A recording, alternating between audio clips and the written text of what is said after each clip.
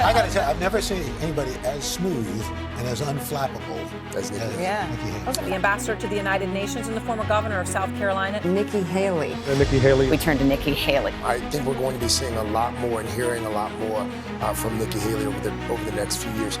I love South Carolina. I am the proud daughter of Indian immigrants.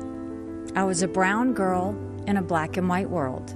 At 5, I would get teased on the playground for being brown. I would go home and I'd tell my mom, and my mom would say, your job is not to show them how you're different. Your job is to show them how you're similar. And it's actually pretty amazing how that lesson on the playground played out throughout my life. The first woman and the first Indian American woman to the governor's mansion. Almost 45 years after my parents first became Americans, I stand before you and them tonight as the proud governor of South Carolina. During my time as governor, we had a hurricane, we had a 1,000-year flood, we had a school shooting. Like, there were so many tragedies through all of that. And I think that when you're leading, your goal is how do you protect your people but move them as much as you can. Our state came face to face with evil.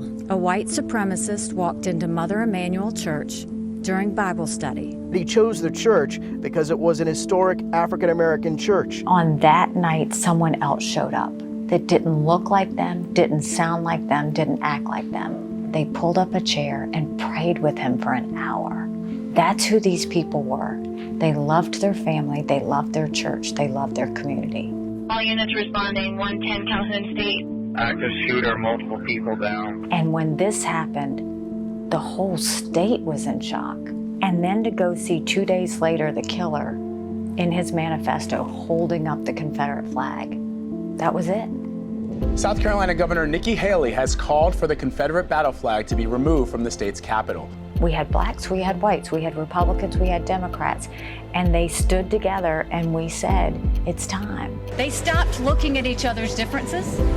They started looking at each other's similarities because we were all experiencing the same pain.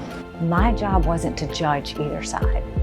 My job was to carry them to the next level. My job was to say, how do we get us to a better place? If I had judged either side, none of it would have worked. This is a story about action. This is a story about the history of South Carolina. When you see challenges, if you first talk about what you have in common, people let their guard down, and then you can take on the solution.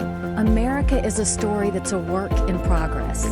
Now is the time to build on that progress. There's always going to be a percentage of people that don't like me, don't like what I stand for, don't like how I do things, and I can't worry about that.